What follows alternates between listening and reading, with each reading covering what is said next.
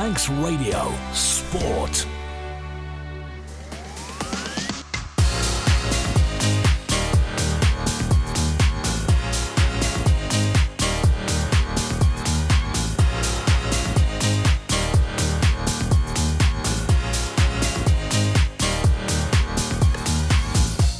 And a very good evening. Welcome to Manx Radio AM and Classifieds here for the 12th of April. It is Ben Cunningham in the chair, joined as always by Tony Mepham and Dave Christian. And we are going to have the Hospital Cup draw for the next round coming up as well in the next hour. As always, though, we're going to start with the classified results.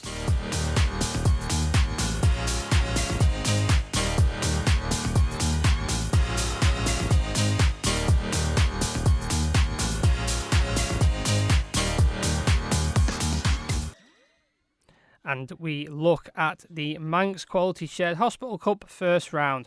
Foxdale 4, Governors Athletic 1, Laxey 3, Marown 0, St John's United 1, Ayr United 5, Castletown 1, Colby 2, Braddon 1, Peel 3, Douglas Royal 1, Douglas High School and Old Boys 2, Michael United 3, Ramsey Youth Centre and Old Boys 9, Ramsey 3, Pulrose United 1.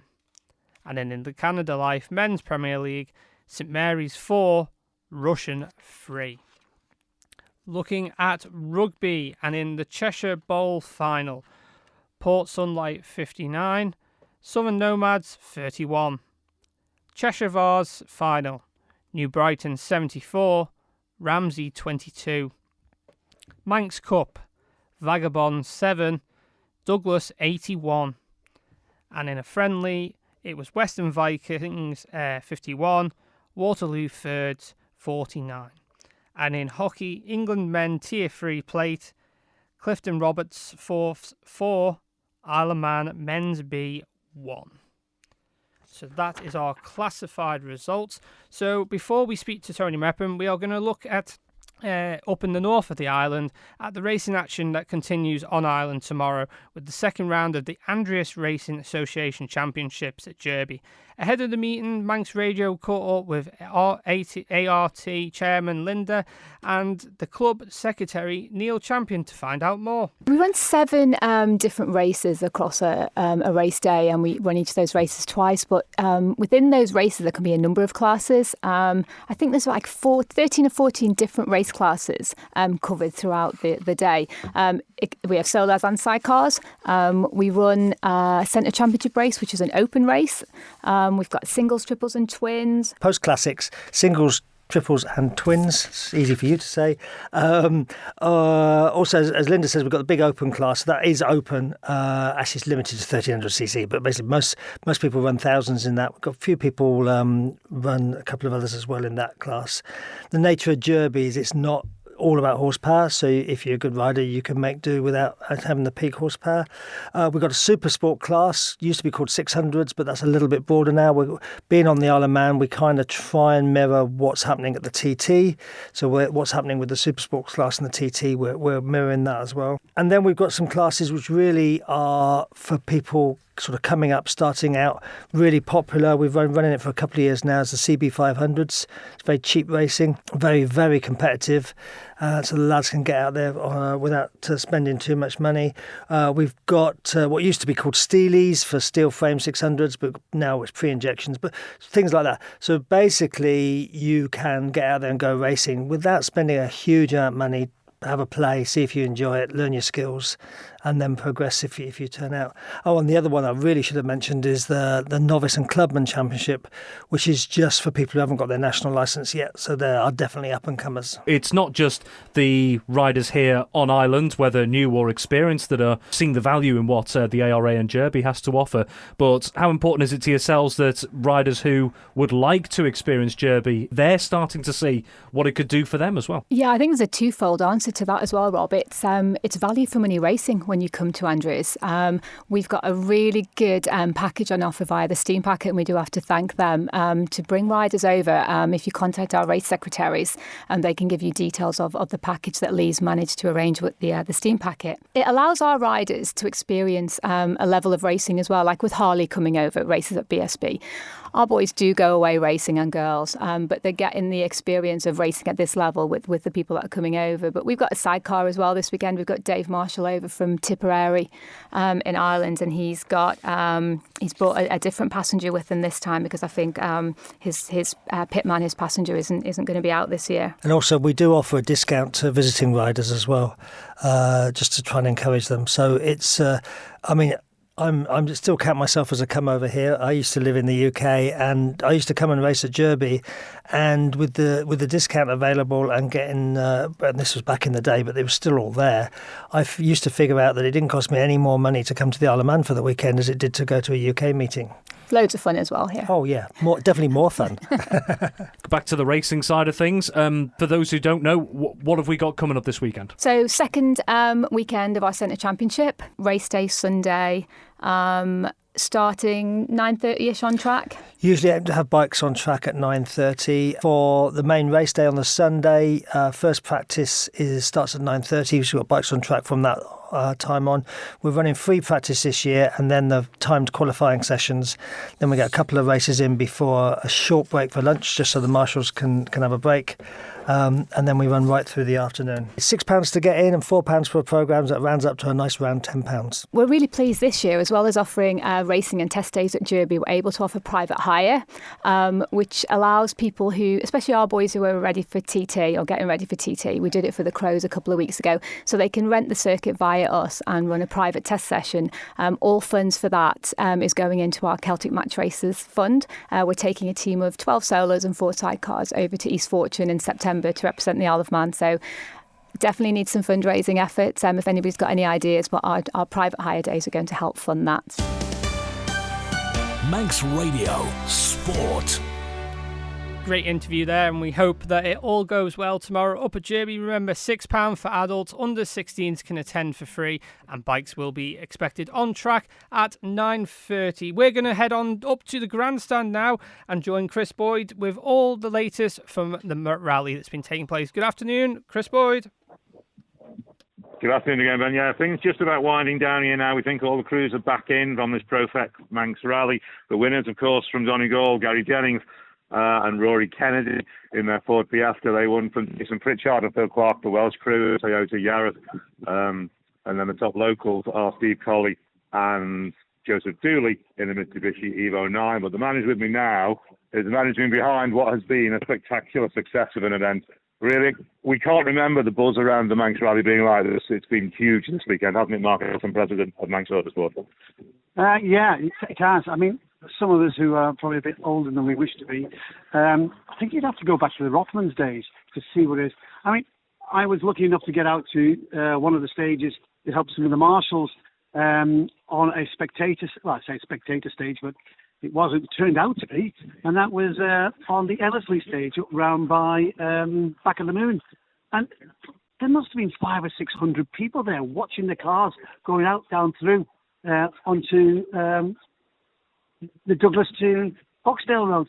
An incredible amount of people and just really good vibes. It can't happen, of course. I mean, I know Chris has just told you who I am, but there's so many people in the background that without them, this event wouldn't take place. And it's amazing the amount of people that turned out to help us. But believe it or not, even though we had probably 350 odd people out there helping us, we were still short. Yeah, it is huge resource requirement to run these rallies now. There are so many requirements over the closed roads and the marshalling and all of the other official roles around these events. It's just, the whole empire is huge. It is. And I've got to say that, you know, last night when we went out to start the final 5 stages of the nighttime section, we were something like 11, 12 marshals short, but by using A cars and M cars, which not people realise what they are, but even so, we managed to fill that and have a couple left over. But it was touching, and it's not a situation I really want to be in. I mean, you do so much planning for so long, and then to find that marshals don't turn up, or timekeeper doesn't turn up, or a radio operator. And, it takes so much to try and fill those places, especially when what you're doing. It's so difficult.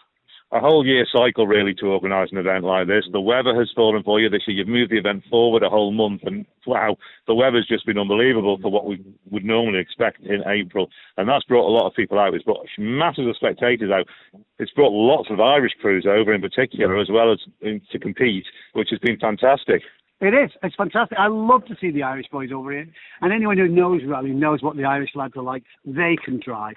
I mean, lots of them, they can drink as well. So, but they really are exceptional drivers and exceptional people as well. I mean, as are all our people that come over here. It's been a joy to watch them. Fantastic. And, thank you very much. Thank you to everybody that's been out here. It's without all the volunteers, without the crews, we wouldn't have an event.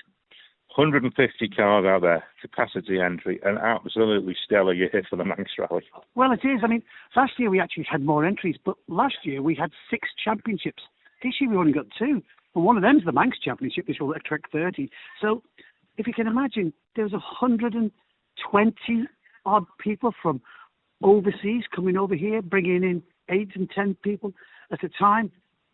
Isle of Man PLC is the one that has actually benefited from this, because the number of restaurants, pubs, everything that these people buy. And let's be quite honest with you, when they got these cars, and they are worth a fortune, some of these, they're not going to stay in a tent. They're going to be staying in the best hotels and the B&Bs and things like that. And they stay here for a week. Massive money, massive income. It is a big earner for the Isle of Man. Rallying, we know, is a big earner for the Isle of Man. Just we feel it needs a bit more support behind it. Yeah, and that is a big problem. There is a massive lack of support, and I could point that in a certain direction, but maybe that's too political at the moment. Yeah, for now, we want to thank everybody involved in putting this event on this weekend, don't we? Oh, we do.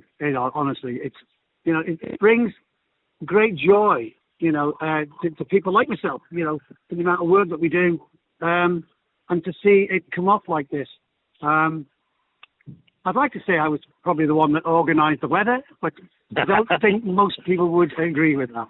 But yeah, it's been a great few days. And the thing is, when you stand here and you get people coming up to you and say, fantastic, best event I've ever done, better than last year, and I didn't think it would be better than last year, you must be doing something right.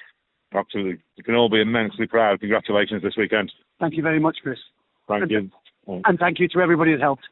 There we go. And we just see our rally winners just still wandering around up here at the grandstand, still talking to people. Gary Jennings, he'll be heading off back to Ireland very soon, because as we hear, he's got the Circuit of Ireland next weekend. This was really just to get more mileage in the new car to take him into the circuit when he has to take on all the leading Irish drivers. We'll be following that next weekend. But there we are from the ProFlex Manx Rally. Thank you very much to Mark Ellison for his time, the club president. It has been a tremendous success of an event. The victory goes to Gary Jennings and Rory Kennedy.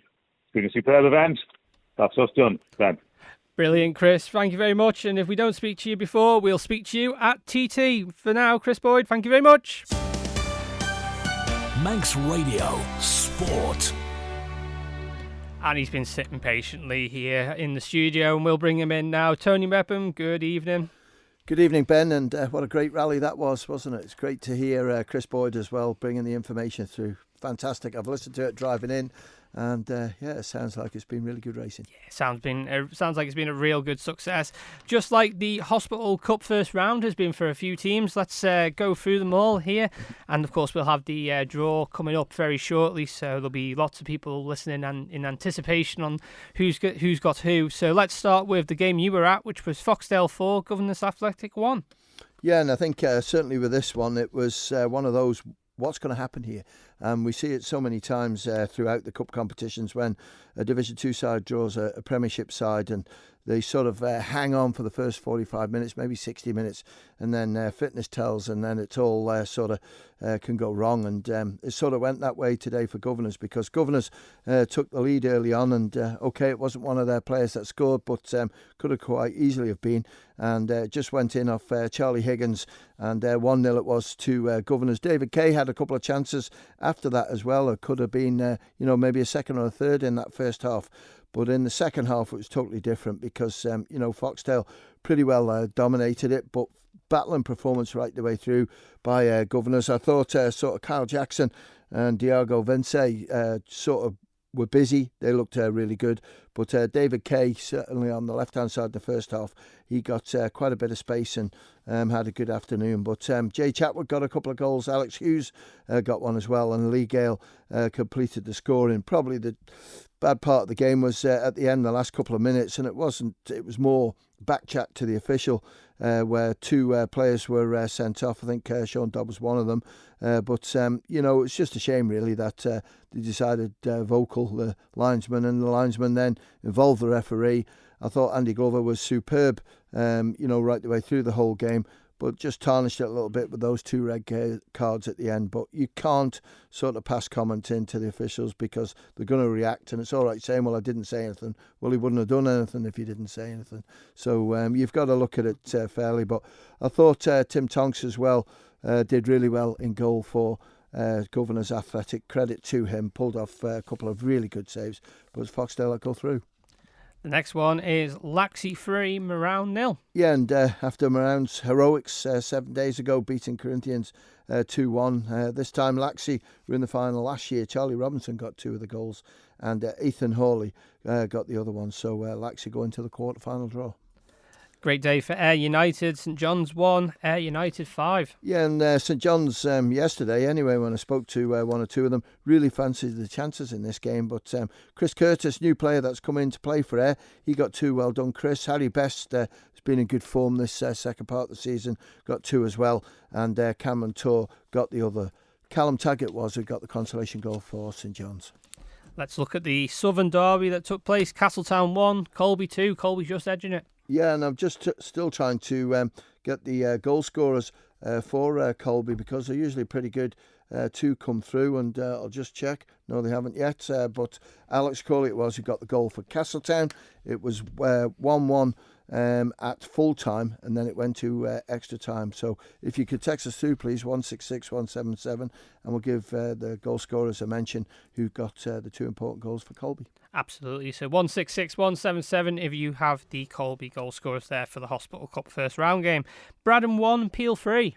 Yeah, and when these two were drawn out of the hat, it was the winners of Div 2 against the winners of the Premier League, and it was nice and tight at half-time.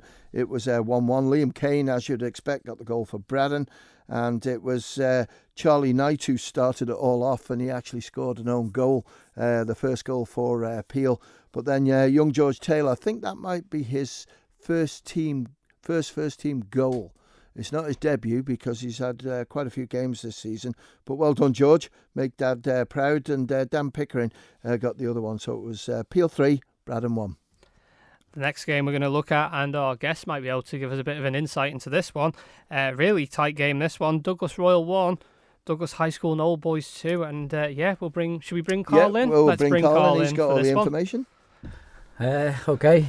It was a tight game, to be fair to us. We kind of dominated most of the game, and like I was saying to Tony before, we had a fair few chances, and then they went down the other end. A little mistake by us, they followed it in well, slotted it home, but we responded really well today, and we kept battling right to the end. Got a goal with about 10 minutes left, and then we scored for straight away in the extra time. Robbie Ward, great little ball by Ringo, and a nice little finish by Bob. But I think we definitely deserved it. Yeah, 100%. James Bucharest, was it? Yeah, got the first one. Good header again. That's 3-3 for big hookers. Right. So it was good by him as well. Everyone today just battled hard, really well. Awful lot for you to play for at the moment, isn't it? Because now you're in the Hospital Cup quarterfinals. You're also probably in the Paul Henry Gold Cup semi-finals, and you're competing to get promoted as well. A little bit of pressure.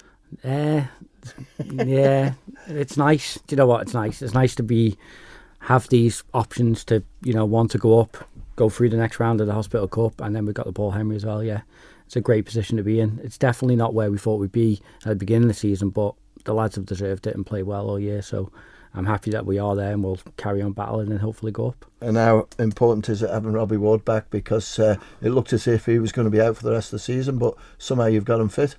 Yeah, he's made us stern and stuff, Bob. He's brilliant. He's great to have around, good in the changing rooms, brilliant on the pitch, and hopefully we get him going for another couple of years as well. Excellent.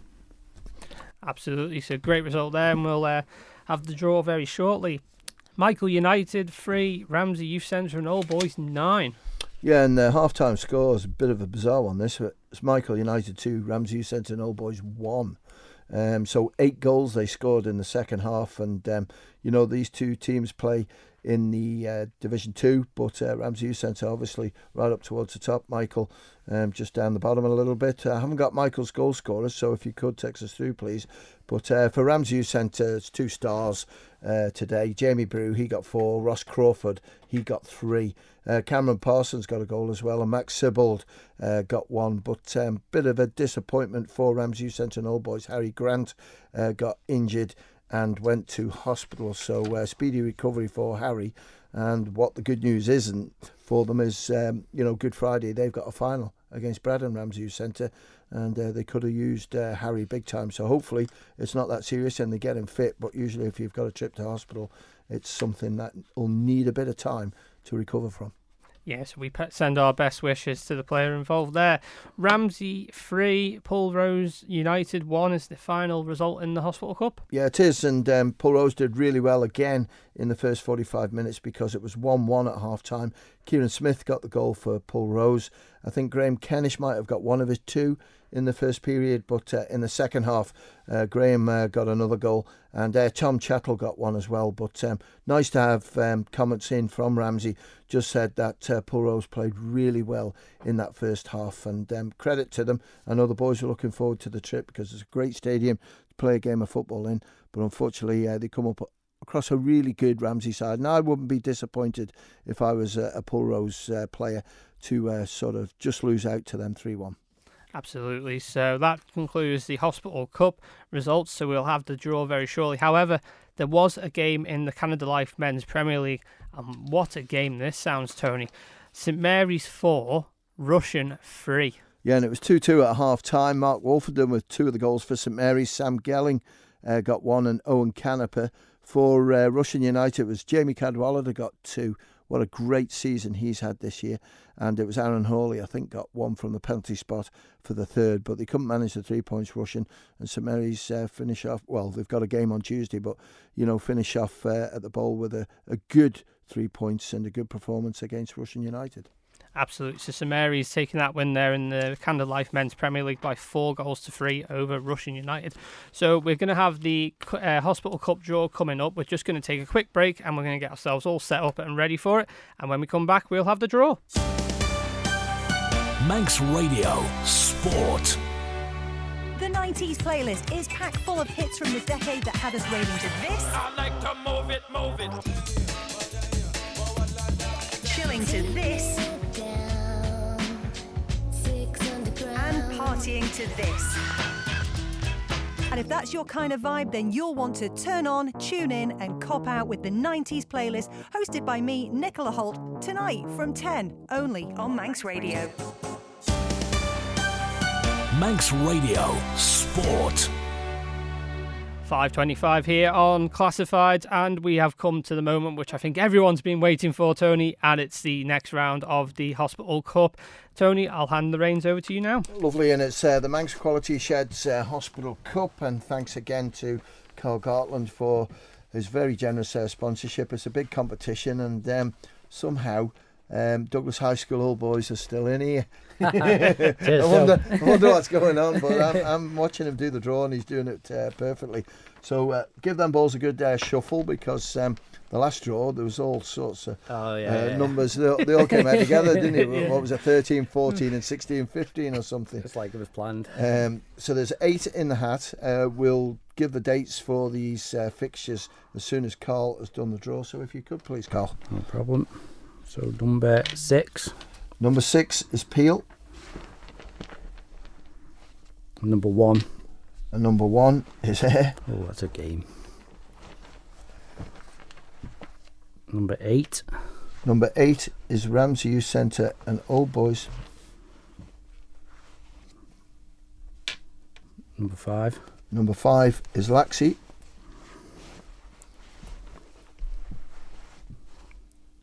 Number 2. Number 2 is Colby at home. And they will play. Number 3. Number 3 is Douglas High School Old Boys. Oh, could have done that the other way around. Number 4. Number 4 is Foxdale. Against number 7. And number 7 is Ramsey. So I'll give you the draw, Ben. And the first one out of the hat was probably the 2 favourites, to be fair. Peel, a home tie against Ayr. Then we have Ramsey Youth Centre and Old Boys against Laxey. Colby will play Douglas High School Old Boys. And Foxdale will play Ramsey. The dates for these games, it's not next Sunday because obviously it's Easter Sunday, is Saturday, is the Saturday after. We've got a bit of a problem because the Ireland representative team are away playing a fixture in Liverpool. So clubs do have the opportunity to opt out of it if they've got 2 players or more playing in it. Now, I don't know the squad at the moment. The only person that does is Chris. But I would say, guessing, that Peel will have 2 or more. I think Ayr will have 2 or more. Laxey, I don't think so. Colby and Old Boys, no. And Foxdale against Ramsey. Foxdale could have 2. But the reason why I delay that decision is, Jason Chalmer today got injured. So whether he'll be available, I'm not too sure. We'll wait and see. So there's a bit of work to do on that one. But certainly Colby and Old Boys will go ahead. And I would probably think Ramsey Youth Centre and Laxey will go ahead. But the other 2 we'll have to try and sort out another time. So once we get these dates confirmed, we'll get them all published onto Manx Radio's website, and you can see for yourselves. And I'm sure that there'll be a message out to the clubs when they know that their games are going to be happening. Yeah, definitely. There's not a problem on this because I know Ayr United have got league games to play, so have Peel. So we'll have a little look and we'll do what's best for the clubs and also, the Ireland representative team, because this is key for the Ireland games and Chris's first sort of match to play in Liverpool on the 26th. And we'll have a look, see what teams are involved and sort the dates out from there. Absolutely. Looking at the ties then, any stand out to you? I think I know which one does stand out to you though. Yeah, I think Peel and Ayr stand out, but you wouldn't want to play Ayr at the moment because I think they're in great form, scoring plenty of goals. They've got 1 or 2 players back in, but then Peel, are the champions, and they've got to play Ayr United, I think, as well in the league yet. So I think that one's at Ayr. Ramsey Youth Centre against Laxey. Laxey have been in fine form in this competition, and Ramsey Youth Centre have got a big game next Friday. They've got a big game against Old Boys to try and seek promotion. So I've got to go with Laxey on that one. Colby against Old Boys. I just think Old Boys might edge that, but it's on the day. Colby have got good goal scorers there, but today they found it hard against the Castletown side. I thought they might have won a little bit easier, but Castletown have made it hard for them.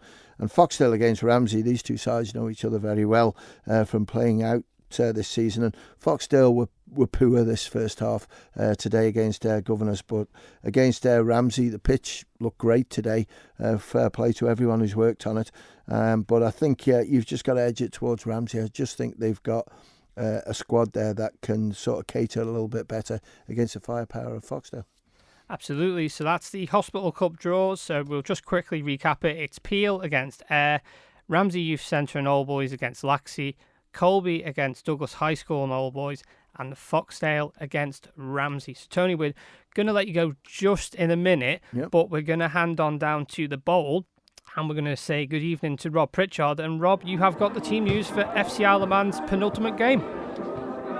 I have indeed, yes. Thanks, Ben. Welcome everyone for the first time this evening to the Bowl Stadium in Douglas ahead of FC Isle of Man's penultimate game of the NWCFL Premier Division season with Little and Remica, the visitors for this very sunny evening in the Manx capital. Team news then, let's turn to FC Isle of Man. Well, after that horrible 4-1 defeat at home to Charnock Richard last week, Paul Jones makes 4 changes to his side. One of the notable ones comes in goal with Ben Wilkinson replacing Adam Killier. For Wilkinson, it'll be just his second appearance of the season and his first between the sticks since the 21st of September 2024. Elsewhere, 3 outfield changes. Tom Creer, Harley Jackson and Ben Wasser all drop out. Nathan Little comes back into the squad, and also so do Kyle Watson and Charlie Higgins, who've overcome minor knocks in the last couple of weeks to be involved. Only the former of those is in the starting 11, with Charlie Higgins only fit enough to start from the bench. So the FC Isle of Man squad is as follows. In goal is Ben Wilkinson, and then it's Callum Sherry, Jacob Crook, Ryan Burns, Alex Maitland, Kyle Watson, Steve Whitley, Sam Baines, the captain Sean Doyle, Jean Marquez and Luke Booth, the substitutes for FC Isle of Man, Charlie Higgins, Nathan Little, Adam Carouche, Danny Gerrard and Josh Kane. For the visitors, Little and Remica, after that last gasp 1-0 away defeat at title contenders Lower Breck just over a week ago, there's just 2 changes to their squad for the trip to the island. Dropping out this week are Jack Bentley and Elliot Toner. Ishmael Banks and Eric Durnell are in the squad. Player manager Luke Denson once again names himself in the squad to take part tonight. So Little and Remica's team is as follows. In goal is Patrick McLaughlin, and then it's Morgan Fallow, Malachi Fry, Ben Reid, Owen Beeman, Harry McVeigh, Jordan Mont, the captain Paul Foy, Joel Agugo, Adam Hamill and James Hamill, the substitutes for Little and Remica, Christopher Happy Fankham, Eric Durnell, Ishmael Banks, Luke Denson and Charlie Beeman. Your referee this evening is Scott Down, and his assistants are Liam Thomas and Jane Ann Doyle. Well, in both their quests to try and get themselves a victory on the board, both these teams might just need a bigger telescope in these last 2 games of the season. Both of them are on lengthy winless runs. FC Isle of Man, that 4-1 home defeat to Charnock Richard last weekend, the second time in a row they've conceded 4 goals at home in a game this so far in the last couple of weeks. That's now 9 games without a win for the Ravens going into these last 2 games. Little and Remica, though, they don't really have much of a better record themselves. They're now 7 games since they took maximum points in all competitions. And for Little and Remica, a chance maybe to climb the table, though. They have a good record here at the Bowl. They've won on their last 2 visits, in fact. The latest of those was last season, a resounding 3-0 victory here at the Bowl. A win for them today could take them at 1 place in the table. For FC Isle of Man, well, their nosedive down the standings means they're now in the second half of the rankings, if you like, but a little bit of incentive on the board depending on results elsewhere that have taken place today. They could climb as many as 5 places back up to 10th with a comprehensive victory here. And I'll just leave you with one interesting stat from the meetings between these 2 sides so far. In the 5 games between them to date, the away side has won every single time. So maybe that bodes well for a Little and Remica side that are just a few places further down the table. Both of these teams really in need of a pick-me-up going into the final game of the season on Easter weekend in 7 days' time. We're about to find out how that is going to pan out in around 25 minutes or so. Kick-off at 6 p.m, FC Isle of Man versus Little and Remica. Manx Radio will be bringing you full live match commentary on Manx Radio AM 1368 from 6 p.m. Rob, let's hope FC Isle of Man can turn that around. Of course, losing 5 times there, like you say, but sounds like a good atmosphere already down there.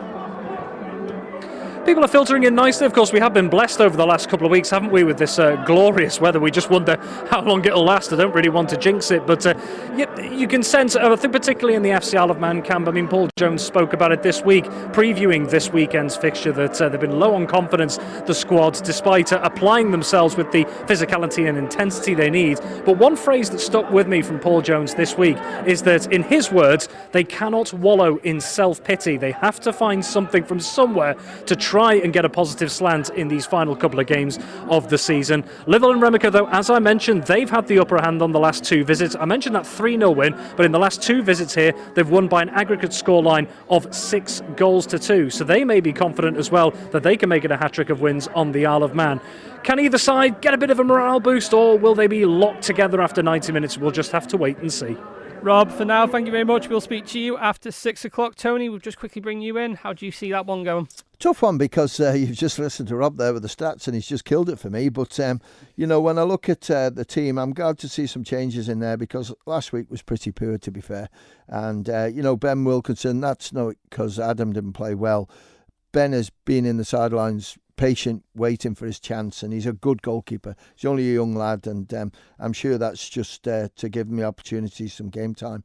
But young players there, Tom Creer, Harley Jackson, and you've got Ben Wazza. Their time will come, so there's no problem there. But it's good to see Karl Watson back in. He's works really hard in that centre midfield. Ryan Burns' injury must have cured because he took a knock last week. But Nathan's a really good player, but they're going to lose him, and so will Alaman Football because he goes to America next year to play. But Charlie Higgins, he's one of those special players who can make things happen. And with João Marquez up front, Sean Doyle also, and then Charlie Higgins possibly coming on. You've got Steve Whitley in there as well. It's a pretty good squad, but at the moment, I don't think they're sulking or feeling sorry for themselves. They haven't been good enough, and the results show that. But it's always nice to finish the season on a good note, and with the game next week as well. Not too sure what time that's going to be played at yet. It's all to play for, and hopefully good crowd down there watching as well. Absolutely, Tony. We'll let you go and get yourself down there to join Rob Pritchard. So that's going to be commentary coming to you at around 5 to 6 here on Manx Radio AM. Full live commentary from Rob Pritchard and Tony Mepham. Coming up is All Things Rugby with Dave Christian next. Manx Radio Sport. Your name's not down, you're not coming.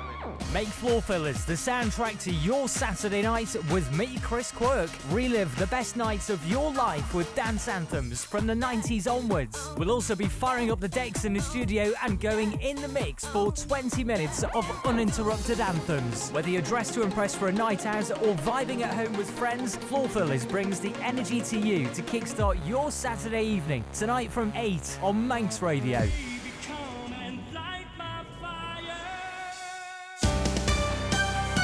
Manx Radio Sport. 5:38 here on Manx Radio AM, and we're going to head down to Dave Christian. Dave Christian, very good evening. Now, there's been a lot of action today in rugby. There has indeed. We've had two Cheshire finals. Ramsey playing in the Cheshire Vase, Southern Nomads in the Cheshire Bowl. We've had Douglas and Vagabonds in the Manx Cup, and there's also been a friendly with Western Vikings playing Waterloo Thirds. So it has been non-stop from 12:30 really when Southern Nomads took to the field. Results, a kind of mixed bag, I guess, depending on who you support. We'll start with Ramsey and New Brighton. Ramsey playing up and above, or punching above their weight really to get to a final against New Brighton, who are several leagues up ahead of Vagabonds in the league structure, and I think just one league below Douglas. So a bit of a mouthful for Ramsey, and 8 minutes in, Ben Hardman went over for a try, and we thought, hey, could be on something special here, but New Brighton quickly put the kibosh on any thoughts Ramsey had, and they hit back with tries from Adam Pitt, Daz Parker, Josh Turner-Preston, Dan Kale and Jack Charlesworth. And Stevie Neal pulled one back for Ramsey with a Tom Moffat conversion just before half-time. But New Brighton firmly in charge, 33-12 at the break, 4 conversions for them for fullback Joe Silcock. The second half didn't get any better for Ramsey. Josh Turner-Preston completed his hat-trick. There was a hat-trick for Gaz Richards, one for John Joe Smith, one for Joe Silcock as well. Silcock adding conversions as they went along. Ramsey did manage to get 2 tries back in the second half, one from Brandon Atchison and the other, the second of the game, for Stevie Neal. But it just wasn't quite enough in the final analysis. And, Ramsey will kick on forwards. They've got the Manx Cup, Douglas, I think, next Thursday night. I think that's scheduled at the moment for a 7 o'clock kickoff, but we just have to watch the light for that. But that's all up and coming today. It's commiserations. The team tried their hardest, but the opposition were a different class altogether. And those tries from Josh Turner-Preston, he could have had more. He was very dangerous out on the wing, and Ramsey won't be disappointed with the result. They always probably hand on heart, we're always going to lose this game. But I would think the effort the players put in, they left nothing out there on the field. And whilst the result and the scoreline are disappointing, they've had an experience this afternoon that will set them up well for the Manx Cup. Southern Nomads played Port Sunlight. That was the early kick-off. And I was a little bit late getting here. I had to pick up a Ramsey player from Chester train station. And 10 minutes in when I got here, they were already 17-0 down. I had a look at the way Port Sunlight were playing. It was a forward-orientated game. Anytime they got close to the Nomads line, they would just line up their big forwards and just crash until they got over.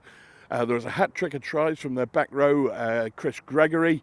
The hooker, Mason McKenzie, he picked up 2. And Nomads really didn't have an answer. Half-time, though, 35-0 down. They changed around, and statistically, Nomads won the second half. 31-29, I think, if we pair back the tries. And in the second half for Nomads, there were tries from the other side of my notebook. We had Will Tazier with a try. The captain, Finn McGregor, was in for one. There was one for paceman Tony Quinn. There was one for the back row man, Mark Elwig. Mark Young was kicking his conversions as well, and Nomads will probably be disappointed that they didn't start a little bit better. Port Sunlight, they played a one-dimensional game, but hey, as the old saying goes, if it ain't broken, don't try and fix it. And they certainly didn't try and fix it this afternoon. I think George Collister with the final score of the game for Nomads. And they'll be well boosted, I think, by that performance. It's not gone so well for them in the Manx Cup. They've still got one game left. I think it's against Vagabonds. They'll be targeting that for a win, and potentially targeting Vagabonds for a win as well in the Manx Plate final, which is on the 3rd of May as the curtain raiser to the Manx Cup final.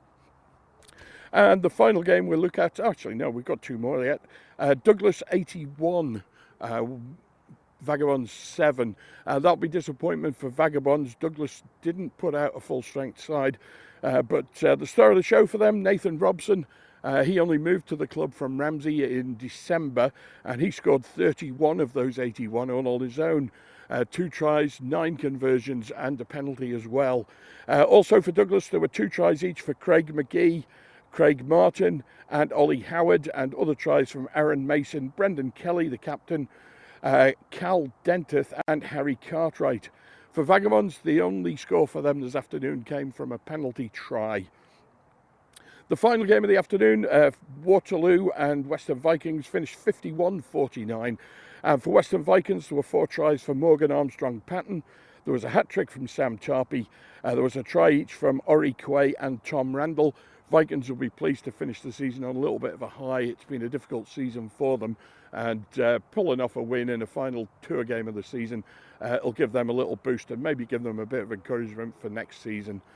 All in all, a pretty good day for rugby. I've watched 2 90-point games here at Chester Rugby Club.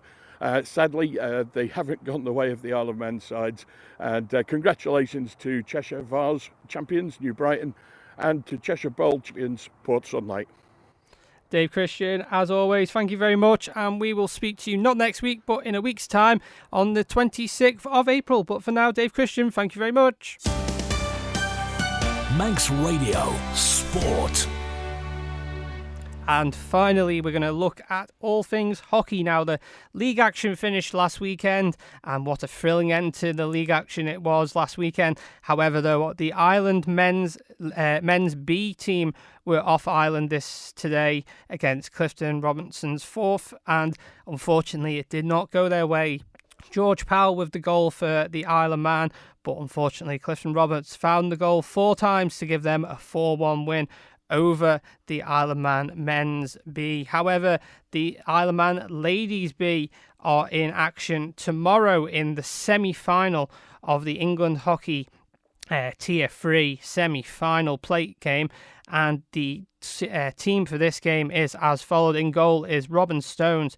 Then you've got Morven Spiff, Eleanor Cayley, Kate Lace, Maisie Crellin, Clodagh Neal, Millie Duggan, Cara Yule, Emma Corty, Emily Milton, Rachel Milton, Ella Blakemore, Jess Birch, Katie Errolks, and Lucy Quine, all in the team, with the coach Jamie Brown and manager Kim Carney, with an Isle of Man umpire. Yes, Elliot Reid will be representing the Isle of Man Hockey Umpires Association at this game. The girls have been training hard and playing well. A few disruptions in the team with Talent Academy and DISE program, but still lots of competition for places in the squad.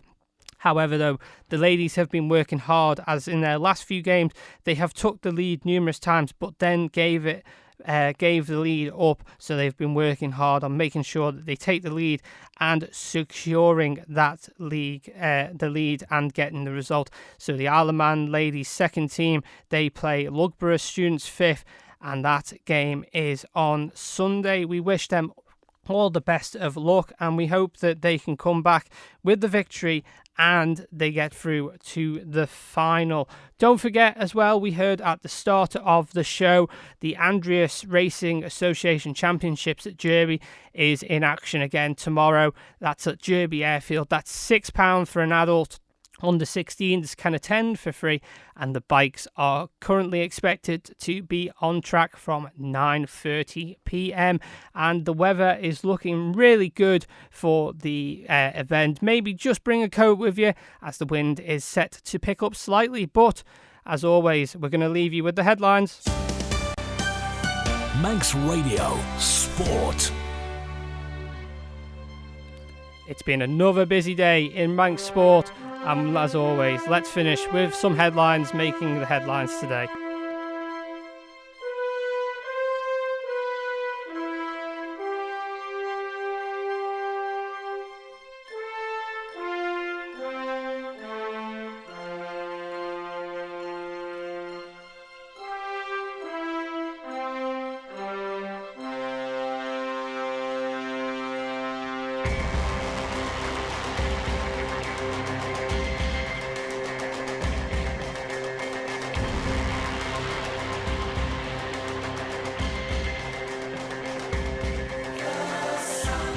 In the Manx Quality Shed Hospital Cup first round, wins for Foxdale, Laxey, Ayr United, Colby, Peel, Douglas High School and Old Boys, Ramsey Youth Centre and Old Boys, and Ramsey.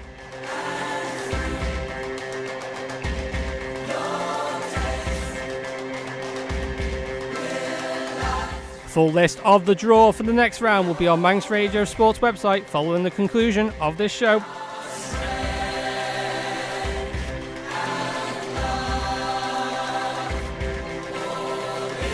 Canada Life Men's Premier League, what a thrilling game we had today. St Mary's taking the victory over Russian by 4-3.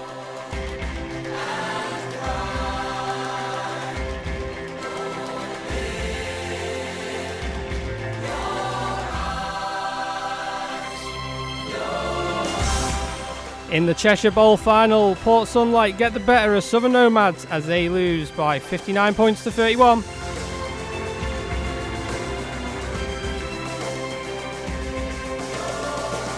In the Cheshire Vars final, New Brighton get the better of Ramsey. New Brighton 74, Ramsey 22. And in the Manx Cup, Douglas defeats Vagabonds by 81 points to 7.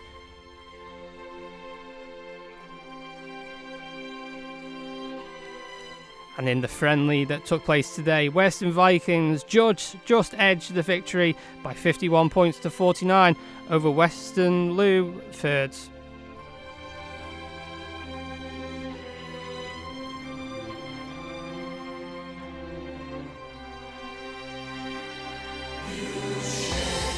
In hockey, England's men's Tier 3 plate, the Isle of Man men's B suffer defeat on the road. They lose by 4-1 at Clifton Roberts Fourths.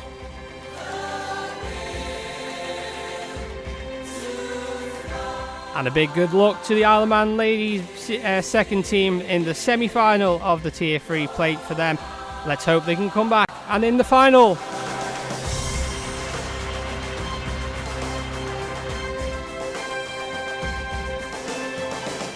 don't forget, action up at Jurby, the Andreas Racing Association Championships. That's up in Jurby, 9:30 start. And what a thrilling end to the Manx Rally. Many thanks to Chris Boyde for all the action this afternoon.